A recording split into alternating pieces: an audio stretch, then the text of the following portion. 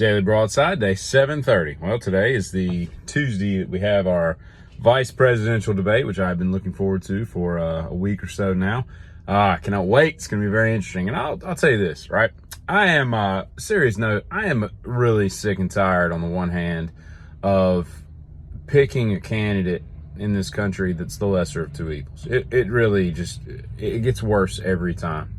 You know, I'm not a Trump supporter, although if I was voting today, I would vote for him a million times over that cackling hen who has no ideas and can't answer a freaking question to save her life. Like, it's uncanny how she avoids the president. You know, how Biden would sit there and all his handlers would usher everybody out of the room and not while they're all throwing questions at him and all. She did that the other day. So I'm like, yeah, that's what I want. I want 4 more years of the most transparent bunch of people in presidential history not answering questions. That's just great. You know, the American people deserve that and all. But and she's completely got a complete cuck on her hand with that Waltz character. That dude's not only weird, but he's just, oh my God, he's just such a milquetoast, just panty waist loser. I'm just, he makes me just want to vomit my own mouth. So while they are not Trump and Vance my ideal pick, I would love like 3 or 4 more options. I really was looking forward to RFK finding a way through, but the system just won't let that happen. But at the same time, I like some of the people that Trump surrounds himself with. I think Vivek is a very smart guy. I really like RFK. I love Tulsi Gabbard. You know, Elon is a very intriguing character. It would be interesting if this time around he picked people like that to run some of his, you know, departments, you know, Secretary of State, education, you know, just all the things that would be kind of cool. So yes, am I putting my eggs in the Trump basket? Yes, but not because I'm a Trump supporter. I don't have any MAGA hats or any crap like that. It's just, there's just no other option. I mean, there's like 7, I saw the list of people run for president officially, not the kooks that like write themselves in and stuff, but like 7 legitimate people from like the Green Party and the New Deal Libertarian Party, all these different parties you never heard of, but they don't have a chance. So what's the point? I mean, you're just wasting your vote. But at any rate, I say this, I think that most of the people that hate Trump, and I don't hate Trump, I think he has some deficiencies as a human being, and I think he's completely, one of the most megalomaniacal people I've ever heard. But he is funny. He amuses me. And they say, I've seen some like candid interviews and some, you know, stuff, and he seems to be, and everybody says that meets him, he's like the nicest dude. He's very personal. He'll talk to you, you know, that kind of stuff. Whereas everybody else that's running is just a weirdo. You know, they're just awkwardly plastic looking. And I think that, getting back to my point, I think that most of the people that hate Trump, you know, I think they do it because they don't know enough about him. If you ask them what are his policies, you know, because me personally, my 401k and my finances were way better under Trump than they are under these 2 goofballs. And I don't want another 4 years of that crap. We weren't at war, which I'm all for because I hate neocons. You're just electing a neocon because she's going to do whatever those neocons want, and we're just going to go to war with everybody else that needs it. It's just going to be a never-ending thing because the military-industrial complex is so strong, because everything comes down to the almighty dollar. It's just ridiculous, you know. But I think, again, my mind's in a million different places right now. I think that the people that don't like him, they only don't like him because of what they're told to not like. And when you've got media outlets that just completely make no bones about it, I saw Van Jones this morning talking about, you know, how J.D. Vance is this and Waltz is such a great, awesome guy. And it's like, you're a media guy. Like, we shouldn't. I mean, I grew up with like Walter Cronkite and Peter Jennings and Tom Brokaw and what's the other one? I can't remember his name. He's dead now. Tom Brokaw, Peter Jennings, and no, Dan Rather. You know, those were like the 3, and then Walter Cronkite was kind of going out. I grew up not knowing. I don't know if these dudes are left or right leaning, and that's what I want. I want media that just presents its case, and I'll decide for myself. I'm a big boy, you know, and they just seem to hate Trump because, oh, he's racist.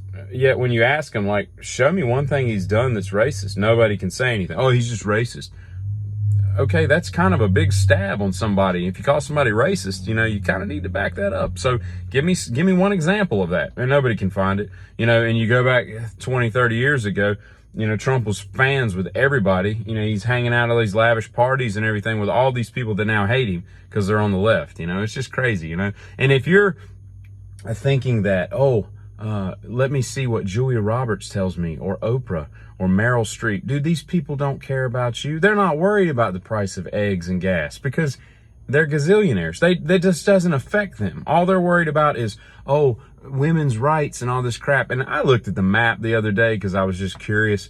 You know, you can still get an abortion in this country. You really can. You might have to drive a little ways. And the way I looked at the map, Louisiana is like the worst place to get pregnant right now if you're inclined to get an abortion, because that's the furthest you would have to drive to get to a state that would allow it. But like, it's like Idaho, but it's like surrounded by, you know, if you got to drive 2 or 3 hours to get rid of a pregnancy that you probably could have avoided by not letting people do things inside of you, okay, maybe that's what you need. Maybe you need that kind of road trip to think, I probably need to invest in condoms or be a little bit more selective with what I do in my sexual life.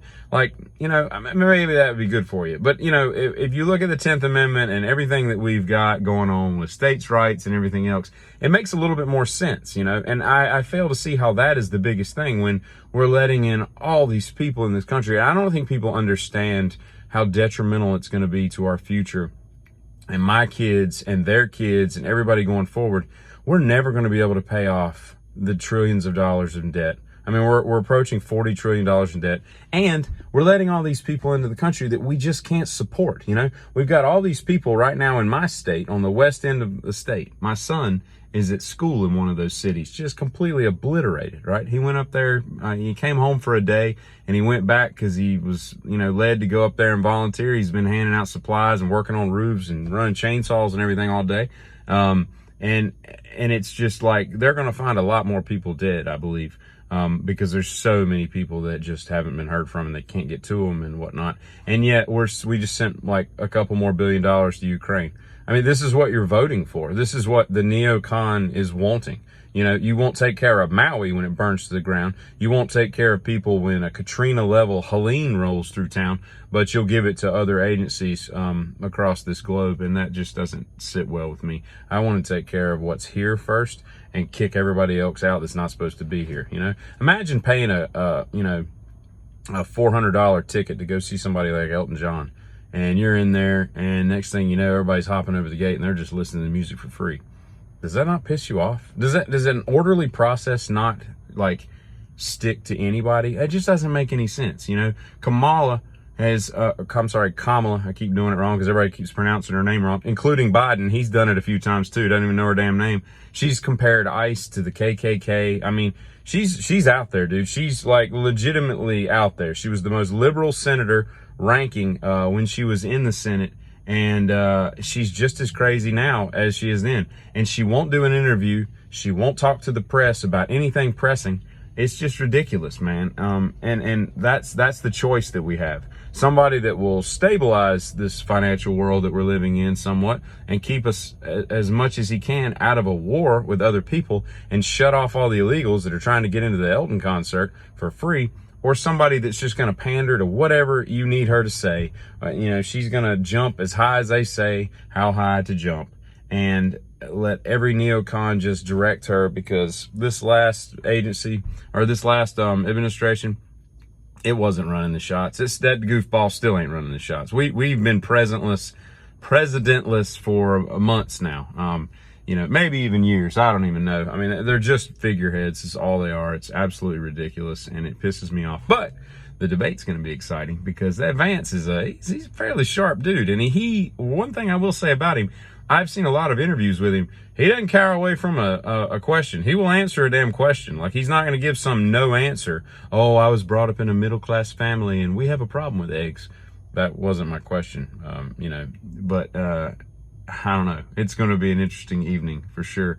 And I hope it changes some people's opinions, because we can't. This country, an administration that's currently running things, reminds me of a joke. guy has some penal issues, let's say. So he goes to the doctor, and he's like, Doc, he's like, I need some help, you know, in the bedroom and all. And he says, well, you're in luck. We're working on an experimental thing now where we use elephant trunk muscles and implant them into the penis, and it really helps things and all. He's like, I'll do anything. So he goes in for procedure the next week and gets it put out. It goes on a hot date like the next weekend. And he's sitting there at the dinner table in a restaurant, nice restaurant. They're having dinner. And all of a sudden, while he's talking to this girl, indiscriminately, his penis comes out from under the table, reaches up, grabs a dinner roll, and disappears back under the table. The girl, not wanting to be, you know, rude or anything, she's like, well, that was weird. And she almost didn't even know what she just saw. Like, she's trying to put it all together. A couple more minutes later, it happens again. Penis comes up, grabs a dinner roll, disappears under the table. And she's like, should I say something? That was a little strange. Happens a third time. And finally she's like, was that your penis? And he's like, it was. He's like, that's pretty cool. Can you do that again? He's like, I'd love to, but I don't think my asshole can take another dinner roll. That's what's happening in this country. This country can't take another dinner roll in its asshole. Giddy.